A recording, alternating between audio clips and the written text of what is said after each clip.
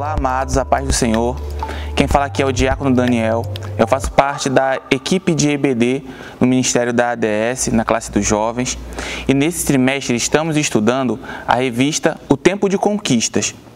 Hoje nós vamos estudar a lição de número 8, por tema A Batalha contra Ai.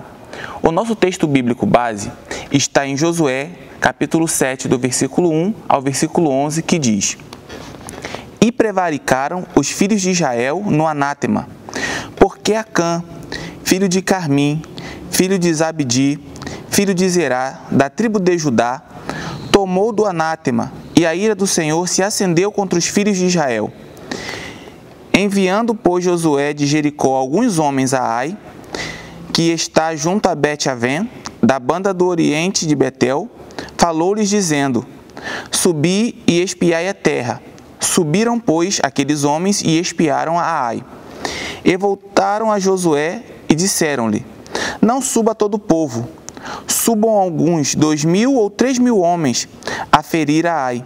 Não fadigues ali a todo o povo, porque poucos são os inimigos. Assim subiram lá do povo alguns 3.000 homens, os quais fugiram diante dos homens de Ai. E os homens de Ai feriram deles alguns 36, e seguiram-nos desde a porta até Sebarim. E feriram-nos na descida, e o coração do povo se derreteu e se tornou como água. Então Josué rasgou as suas vestes e se prostrou em terra sobre o seu rosto perante a arca do Senhor até a tarde, ele e os anciãos de Israel, e deitaram pó sobre as suas cabeças. E disse Josué: Ah, Senhor Jeová, porque, com efeito, fizeste passar este povo o Jordão, para nos dar-nos na mão dos amorreus, para nos fazerem perecer? Tomara nos contentáramos com ficarmos da além do Jordão. Ah, Senhor, que direi, pois Israel virou as costas diante de seus inimigos? Ouvindo isso, os cananeus e todos os moradores da terra nos cercarão e desarraigarão o seu nome da terra. E então, não fará o que fará do teu grande nome? Então disse o Senhor a Josué: Levanta-te, porque estás prostrado assim sobre o teu rosto? Israel pecou, e até transgrediram no meu concerto que lhes tinha ordenado, e até tomaram do anátema, e também furtaram, e também mentiram, e até debaixo de sua bagagem o puseram. No nosso primeiro tópico, nós vamos abordar a derrota que Israel sofre contra o povo de Ai, e assim também como suas consequências. Nos capítulos anteriores, nós podemos ver que Israel teve uma grande vitória contra Jericó, quando o Senhor derrubou as muralhas. Mas havia uma ordem expressa de Deus para que eles não tocassem nenhuma prata, nenhum ouro, nem ferro que houvesse em Jericó. Porém, um homem da tribo de Judá chamado Acã, ao olhar algumas peças de ouro, de prata e uma capa babilônica, deixa a ganância tomar conta do seu coração e toma para si, entrando assim em anátema, ou seja, entrando assim em pecado. Quando Acã peca e leva esses artefatos para sua bagagem, para dentro do povo de Israel, ele expõe todo Israel a perigo, porque o pecado ele é assim. Nós vemos na Bíblia que a consequência do pecado é a morte. Só que o pecado não afeta simplesmente quem peca, mas influencia todo o ambiente. Temos, por exemplo, quando Adão e Eva pecaram no jardim, comendo do fruto proibido, toda a criação começou a padecer por causa da atitude deles. Um outro exemplo também, quando nós vemos a história do profeta Jonas. Ele, ao se desviar daquilo que o Senhor tinha lhe ordenado, está dentro de uma embarcação. E nesta embarcação, no meio do mar, começa a ter uma grande turbulência. Começam a soprar ventos e faz com que o barco quase venha a pique. Então Jonas e todos aqueles que ali estavam tiveram que jogar suas bagagens para fora do barco e quase morreram afogados. É isso que o pecado faz. Ele não simplesmente destrói a vida da pessoa que peca, mas influencia quem está ao seu redor. Nós vemos também que Acã, além de pecar, ele comete um erro maior ainda, que é o de não se arrepender. A Bíblia diz que aquele que confessa e deixa a prática do pecado alcança misericórdia. Acã, porém, mesmo sabendo que era errado tomar do anátema, além de esconder, ele não conta a ninguém. Em nenhum momento ele mostra frutos de arrependimento.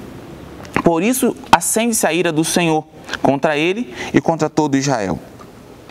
Israel perde a batalha para Ai. E isso faz com que aquele povo cresça que o Deus de Israel não era o Deus Todo-Poderoso.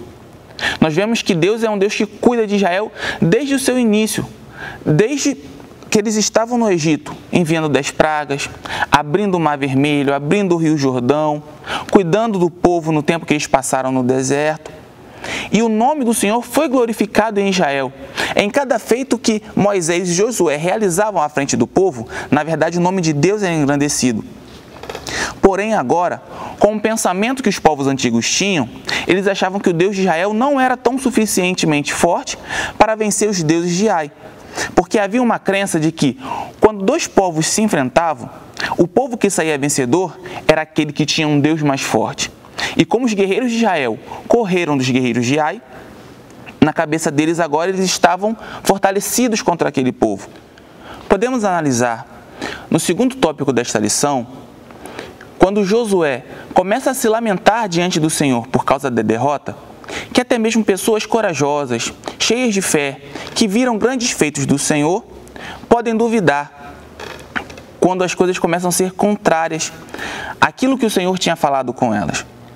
Infelizmente, Josué, ele não para e analisa o porquê da derrota, e sim se queixa ao Senhor, dizendo: Senhor, o Senhor nos fez atravessar o Rio Jordão, o Senhor nos trouxe até aqui para que seu nome venha a ser escarnecido. E nós vemos isso também muito comum acontecer, por exemplo, na vida de Jó. Jó em tudo não pecou contra Deus, mas amaldiçoou o dia em que ele tinha nascido, porque coisas ruins estavam acontecendo. Circunstâncias contrárias costumam nos fazer murmurar, nos levam até mesmo a desacreditar de tudo que Deus tem nos prometido. Então Deus vem, intercepta Josué e começa a mostrar-lhe que a derrota do povo não foi porque Deus tinha voltado atrás em sua palavra, ou nem tampouco porque ele não tinha poder para fazer com que Israel vencesse Ai, mas sim porque havia pecado no meio do povo. E bem como Isaías já nos diz no seu capítulo 52, o pecado, a iniquidade, faz separação entre o povo e o Senhor, entre nós e o nosso Deus. Além de vermos o fato de Josué iniciar uma murmuração, vemos também que Acã era um homem que participou de vários projetos de Deus. Muitos acontecimentos que Acã viu não o impediram de pecar. Mesmo tendo estado debaixo da liderança de Moisés, debaixo da liderança de Josué, sendo cuidado por Deus no deserto, com água brotando da rocha, ainda assim, Acã dá ao seu coração a ganância e comete um pecado. Devemos nos atentar que a vida cristã, ela também é assim. Por isso o Senhor sempre diz que devemos nos acautelar, termos cuidado. Aquele que está de pé, tenha cuidado para que não caia. Porque mesmo uma pessoa que tenha uma vida de milagres, intimidades com Deus, está sujeita ao pecado. Após buscar o Senhor, Josué começa a receber instruções de Deus. Deus fala com que ele se levante com o povo e que todos vão à batalha, diferente do que os espias aconselharam a Josué. Nós vemos aqui então o projeto de misericórdia do Senhor, porque após o anátema ser retirado do meio do povo e não estar mais no meio deles aquele que buscava o pecado, o povo volta a estar no centro da vontade de Deus, e assim eles podem se levantar e conquistar a terra de Ai. Nós vemos que Deus, além de mandar com que Josué fosse com todo o povo de guerra, também é uma orientação expressa, e ele mantém a sua lança levantada diante do povo enquanto eles estão na peleja.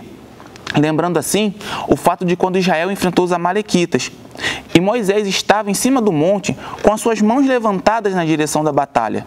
Enquanto Moisés estava com as suas mãos erguidas, o povo era vitorioso. Assim como Josué, enquanto estava com a sua lança erguida na direção da batalha de Ai, o povo de Israel estava tendo vitória. Um outro ponto interessante é a estratégia que o Senhor dá a Josué. Ele divide o povo em dois grupos. O primeiro fica escondido ao redor da cidade, enquanto um outro grupo ataca os portões de Ai.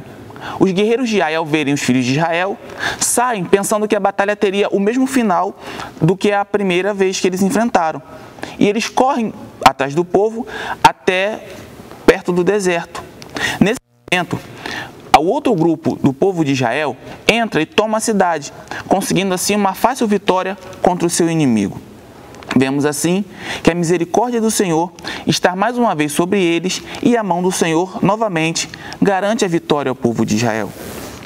Mais importante do que isso é que ao terminar a batalha, Josué reúne os líderes e o povo e sobe até o Monte Ebal. E lá eles prestam culto ao Senhor, levantando um altar. Ele também escreve a lei do Senhor em pedras, fazendo com que nos lembremos do Salmo 119, versículo 11, onde o salmista diz: guardei a tua palavra no meu coração para não pecar contra ti. Vemos assim que a única coisa que pode nos fazer vencer o pecado é ter a palavra do Senhor gravada em nossos corações. Jesus, quando foi tentado no deserto, ele venceu as tentações, ele venceu a vontade de pecar e venceu a astúcia do inimigo, sempre citando a palavra de Deus. Ele também diz: conhecereis a verdade e a verdade vos libertará. E ele diz: Senhor, santifica-os na verdade, a tua palavra é a verdade. Contra a ganância, a cobiça e qualquer outro tipo de pecado, o único remédio e o único método de prevenção é estarmos baseados sempre na palavra do Senhor. Podemos concluir assim que quando o Senhor diz através da boca de Moisés ao povo: sede santos como eu sou santo, esse é um princípio básico para conquistarmos. Vemos que o pecado de Acã levou o povo a ter uma derrota momentânea diante dos filhos de Ai. E que arrancar o anátema do meio do povo, tirar o pecado do meio do povo de Israel, fez com que Josué pudesse obter vitória contra aquela cidade.